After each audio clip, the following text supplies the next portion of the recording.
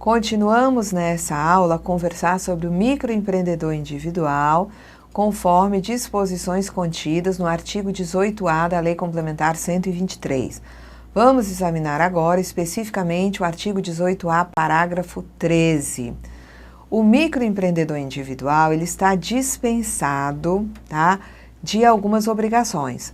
A primeira delas é de enviar a GFIP, de atender o disposto no inciso 4 do caput do artigo 32 da Lei 8.212, que é exatamente o dispositivo da Lei 8.212 que determina que as empresas são obrigadas a informar, a Previdência Social, dados cadastrais, fatos geradores, contribuições devidas e outras informações de interesse da Previdência.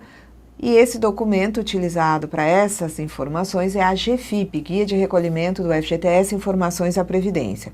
Então, o MEI está dispensado dessa informação mensal que é obrigatória para as outras empresas, conforme previsto na Lei 8.212.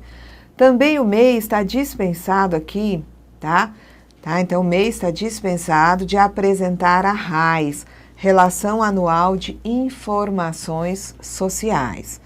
E ele também está dispensado de declarar a ausência de fato gerador para a Caixa Econômica Federal para a emissão da certidão de regularidade fiscal perante o FGTS. Então, o MEI está dispensado de declarar a ausência de fato gerador perante a Caixa Econômica Federal quando ele precisar de uma certidão de regularidade fiscal perante o FGTS. Bom, o parágrafo 14 diz que cabe ao Comitê Gestor do Simples Nacional disciplinar o disposto nesse artigo. Parágrafo 15 diz que a inadimplência do recolhimento do valor previsto na linha A do inciso 5 do parágrafo 3º tem como consequência a não contagem da competência em atraso para fins de carência para a obtenção dos benefícios previdenciários respectivos.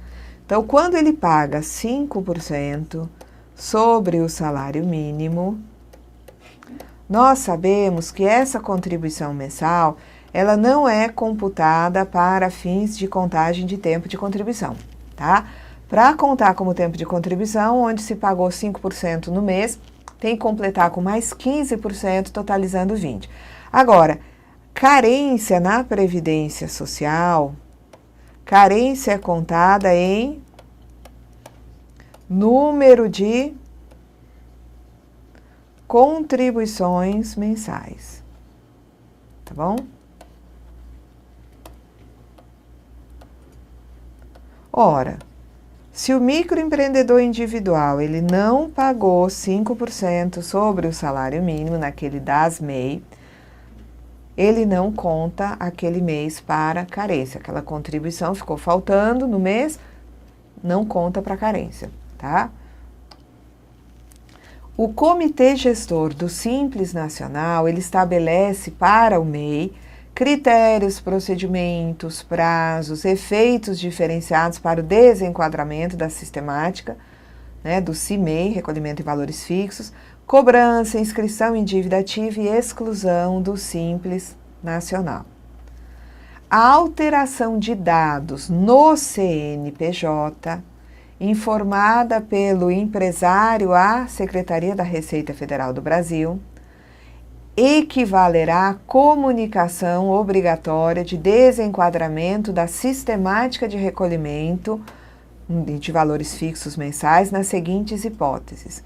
Ele foi até a Receita para fazer uma alteração de dados no seu CNPJ e ele alterou, a sua empresa, aquele CNPJ, passa a ter natureza jurídica distinta de empresário individual, passou a ser uma sociedade limitada, pronto.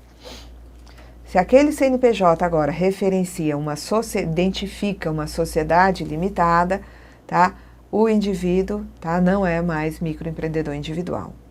Também a alteração de dados no CNPJ, equivale à comunicação obrigatória de desenquadramento, como MEI, se incluir atividade econômica não autorizada pelo Comitê Gestor do Simples Nacional.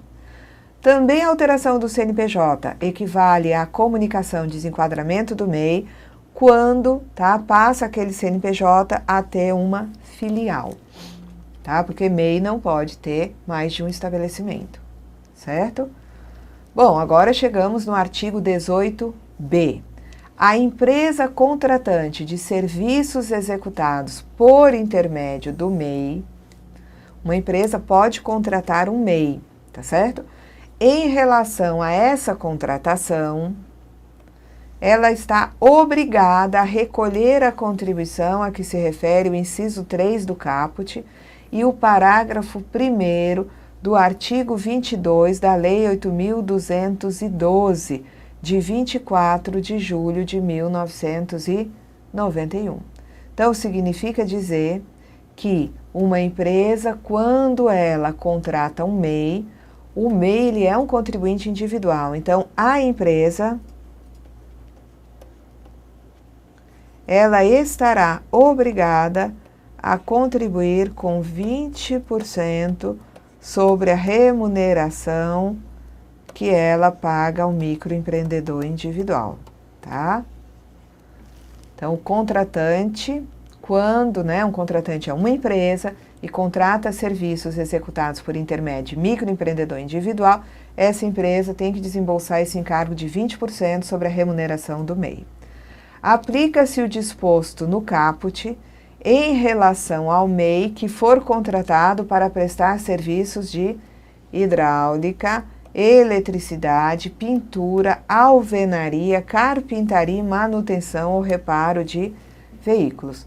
Uma empresa contratou um MEI, que ele é um carpinteiro. Então, sobre a remuneração desse carpinteiro, essa empresa vai ter que pagar 20%, tá, a título de contribuição patronal, não que ele seja empregado, mas contribuição devida pelo tomador dos serviços. O disposto no caput e no parágrafo 1º não se aplica quando presentes os elementos de relação de emprego, ficando a contratante sujeita a todas as obrigações dela decorrente, inclusive trabalhistas, tributárias e previdenciárias. Então, não adianta querer usar, né, dessa mágica de transformar empregado em MEI para diminuir encargos. Quando uma empresa, tá, contrata um trabalhador e esse trabalhador tem todas as características inerentes a uma, né, a uma relação de emprego, tá, essa contratação tem todas as características no sentido de determinar que aquela pessoa é enquadrada como empregado, a empresa estará sujeita a pagar não apenas os 20%, como também o seguro contra acidente de trabalho, tá? Reter a contribuição de 8, 9, 11% desse trabalhador, pagar a contribuição devida a terceiros, passa a ter todos os encargos trabalhistas. O que ele está dizendo aqui? Não é para usar da contratação do MEI para mascarar uma relação de trabalho, uma relação de emprego. Se verificar que aquele trabalhador deve ser enquadrado como empregado, ainda que ele tenha se constituído como MEI, serão exigidas todas as obrigações legalmente previstas para quem contrata um empregado, tá bom? Artigo 18c. Observado o disposto no artigo 18A e seus parágrafos, pode se enquadrar como MEI, o empresário individual que possua um único empregado que receba exclusivamente um salário mínimo ou piso salarial da categoria profissional. Então, MEI pode ter empregado? Pode, só um. Esse único empregado pode ter como remuneração, tá? Pode ter o salário mínimo ou, no máximo, o piso da categoria. O salário dele não pode superar esse limite desse empregado. E o que acontece quando um MEI contrata um empregado? Quando o MEI contrata um empregado, ele deve reter, descontar do empregado e recolher a contribuição previdenciária desse segurado a seu serviço na forma da lei, observados prazos e condições estabelecidas pelo Comitê Gestor do Simples Nacional. Esse indivíduo, se ele tem um único empregado, ele é obrigado a prestar informações relativas a esse segurado, a seu serviço, na forma estabelecida pelo Comitê Gestor do Simples Nacional. Ele está sujeito ao recolhimento da contribuição, que em vez de ser 20%, vai ser calculada a alíquota de 3% sobre o salário de contribuição, né, sobre o salário desse empregado, na forma e prazos estabelecidos pelo Comitê Gestor do Simples. Então, MEI pode figurar como empregador, desde que tenha só um empregado. E ele, como empregador, passa a ter um encargo patronal de 3% sobre o salário do seu empregado. Para os casos de afastamento legal do único empregado do MEI, tá? Empregado, por exemplo, uma empregada, e ela se afastou, ela está, né, em gozo de licença gestante. Tá? No caso de afastamento legal do único empregado do MEI, é permitida a contratação de outro empregado, inclusive por prazo determinado até que cessem as condições do afastamento do titular, do empregado titular, tá bom? Então, ele pode contratar um para substituir aquele que está de licença, porque está doente, está recebendo auxílio-doença, porque é uma empregada que teve bebê ou adotou uma criança, está recebendo salário maternidade. Vamos lá. O Comitê Gestor do Simples Nacional poderá determinar, com relação ao microempreendedor individual, forma, periodicidade e prazo de entrega à Receita Federal de uma única declaração com dados relacionados a fatos geradores, base de cálculo e valores de tributos previstos, né, nos artigos 18A e 18C, que são aqueles valores fixos, e também esse recolhimento quando ele tem um único empregado, tá? Da contribuição também descontada, né, do empregado e do fundo de garantia do tempo de serviço e outras informações de interesse do Ministério do Trabalho e Emprego, do INSS, do Conselho Curador do FGTS. Então, né, o Comitê Gestor do Simples vai definir qual é a forma de o MEI entregar uma única declaração, tá? Com todas essas informações, fatos geradores, base de cálculo, tributos, né? Tanto aqueles de valores fixos quanto os 3% do MEI enquanto empregador, como é que informa a contribuição descontada do empregado, os 8% do FGTS, tá? Também, tá, o Comitê Gestor, ele decide prazo, periodicidade para recolhimento dos tributos previstos nos artigos 18A e 18C, bem como do FGTS e da contribuição para a Seguridade Social descontada do empregado. Então, no primeiro inciso se fala das informações que vão ser prestadas, né, numa única declaração, e isso no inciso 1. E no inciso 2 vai definir a periodicidade e o prazo para recolhimento de tributos e contribuições destinadas à Seguridade Social. A entrega dessa declaração única, prevista aí no inciso 1 do parágrafo 3º, substituirá, na forma regulamentada pelo Comitê Gestor, a obrigatoriedade de entrega de todas as informações, formulários e declarações a que estão sujeitas as demais empresas ou equiparados à empresa que contratem empregados. Inclusive, substitui, né, essa declaração única aí, as informações prestadas, né, relativamente a recolhimento de FGTS, RAIS e a CAGED, tá? Na hipótese de recolhimento do FGTS, porque tem um único empregado, deve-se assegurar a transferência dos recursos e dos elementos identificadores do recolhimento ao gestor do FGTS para crédito na conta vinculada do trabalhador, tá? No caso de salário maternidade pago à empregada do MEI, quem paga é o INSS.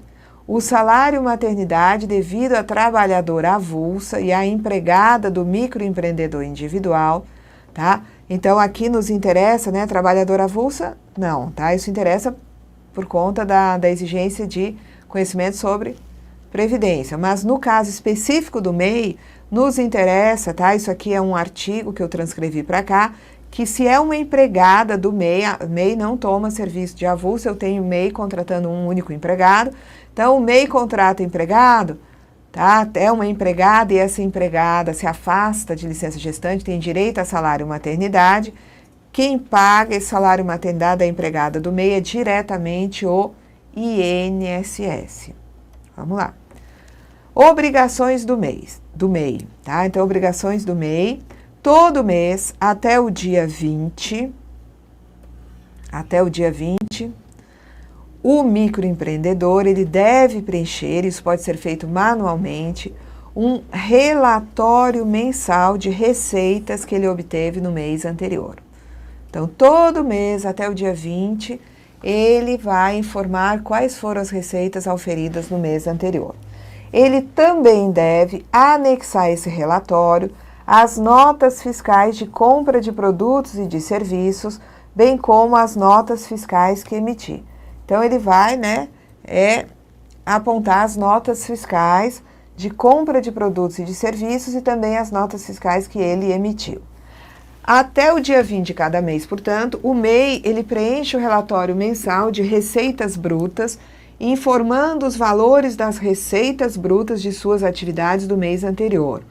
Deve-se preencher um relatório para cada mês. Esse relatório pode ser preenchido de próprio punho, não sendo necessário entregá-lo a lugar nenhum. Basta manter guardado esse relatório mensal. Esse relatório ele tem um modelo, tá? Que consta do anexo 12 da resolução do Comitê Gestor do Simples Nacional, número 94 de 2011, e está disponível lá no portal do Simples Nacional na internet. Bom, a declaração anual para o MEI, ela está disponível também no portal do Simples Nacional. E ela deve ser preenchida e entregue online, tá?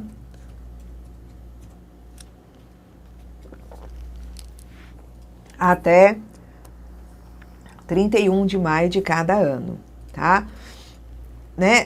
Essa declaração quando ela é de extinção, ela deve ser entregue até 30 de junho, quando são extinções ocorridas de janeiro até 30 de abril. Para extinções ocorridas nos demais meses, a declaração deve ser entregue até o último dia do mês subsequente à data da extinção. Então, são, na verdade, 3 prazos. A declaração, quando o MEI está em atividade, ele vai entregar uma declaração anual para o MEI, tá?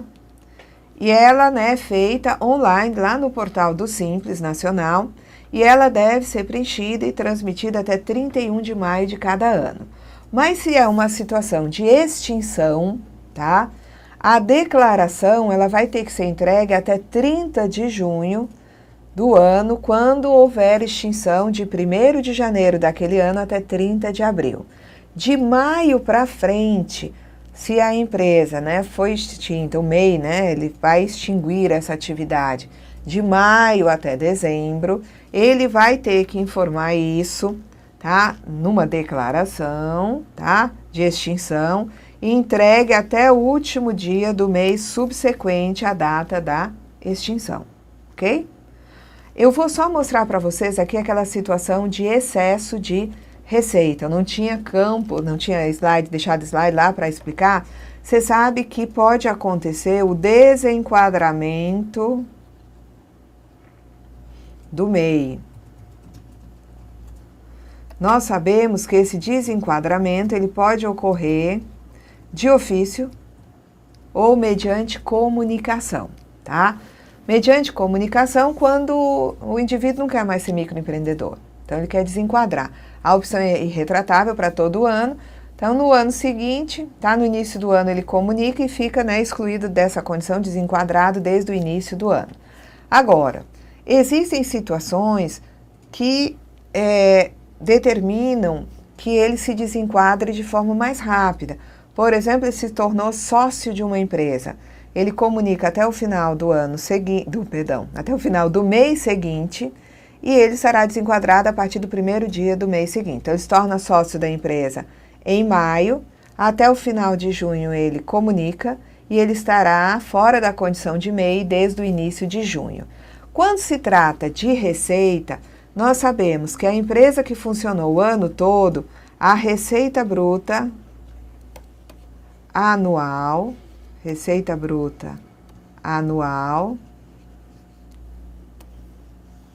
ela será de 60 mil. Então, o indivíduo, tá, que exerceu atividade enquanto MEI, né, todo ano, ele teve, no ano, 65 mil.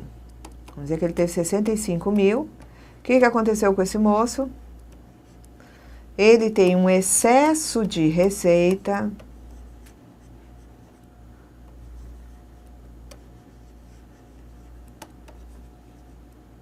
de 5 mil reais.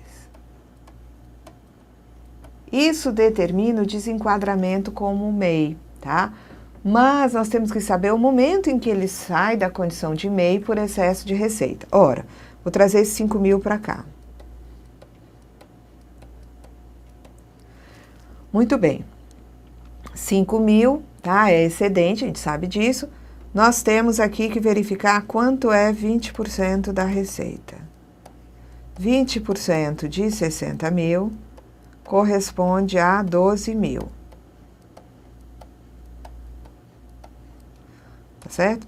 Aí eu comparo o excedente com esse patamar aqui. Eu comparo 5 mil, que foi o excedente, e 12 mil, que representa 20% da receita.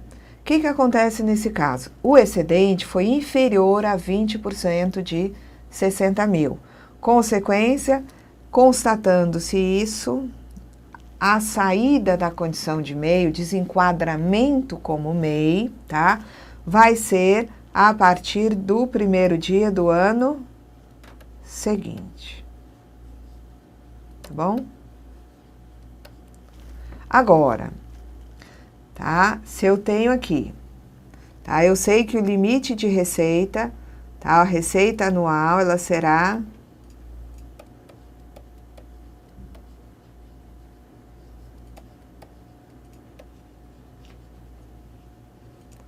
tá? Tem que ser menor ou igual a 60 mil, não é verdade? Vamos dizer que uma dada pessoa, que é microempreendedora individual, ela teve no ano receita de 80 mil. Ora, diante desse fato, eu constato que aqui nós temos um excedente, um excesso de receita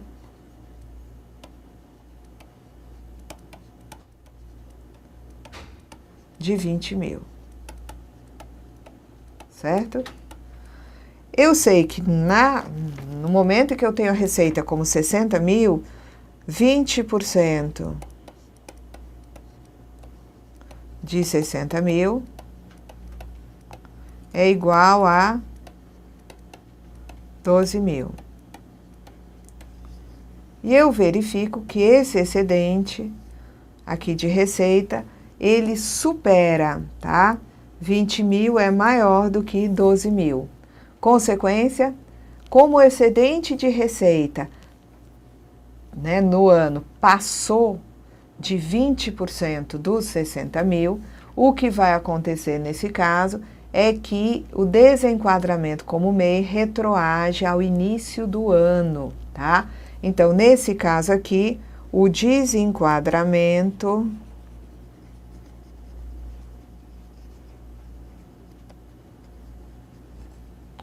retroage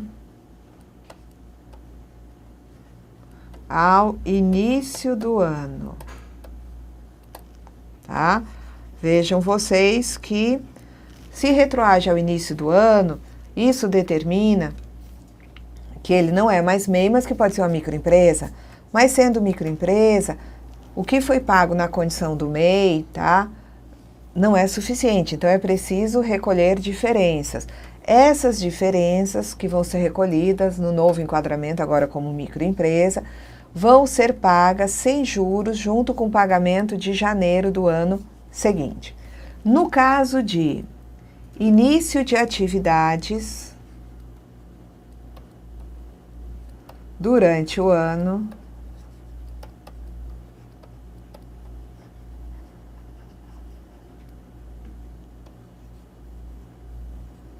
O que vai acontecer é que eu vou ter que cuidar no sentido de verificar o número de meses. Então, né, eu vejo o número de meses, inclusive frações.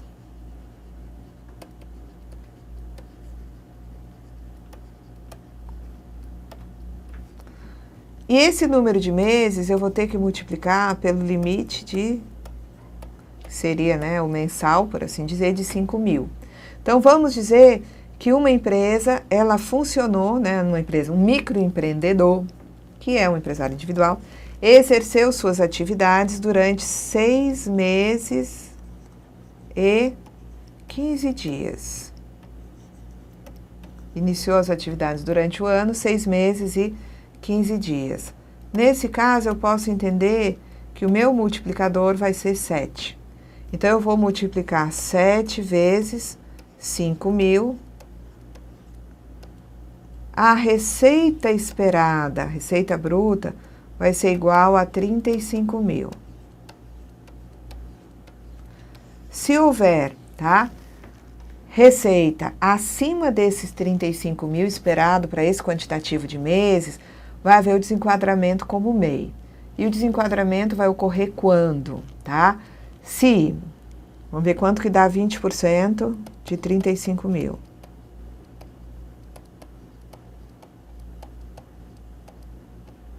20% de 35.000 dá 7.000 reais. Então, significa dizer o seguinte: se o excedente de receita ultrapassar 7.000, retroage o desenquadramento ao início das atividades. Se o excedente da receita não ultrapassar, tá, os 7.000, tá, significa que o desenquadramento vai acontecer no ano seguinte, a partir do primeiro dia do ano seguinte, ok? Então, aqui foi só para reforçar aquela, né, aquelas disposições que tratam do desenquadramento como MEI por excesso de receita. Então, vamos fazer aqui um resumo importante. O MEI, ele é um contribuinte individual. O MEI se vale da inclusão previdenciária, pagando 5% sobre um salário mínimo,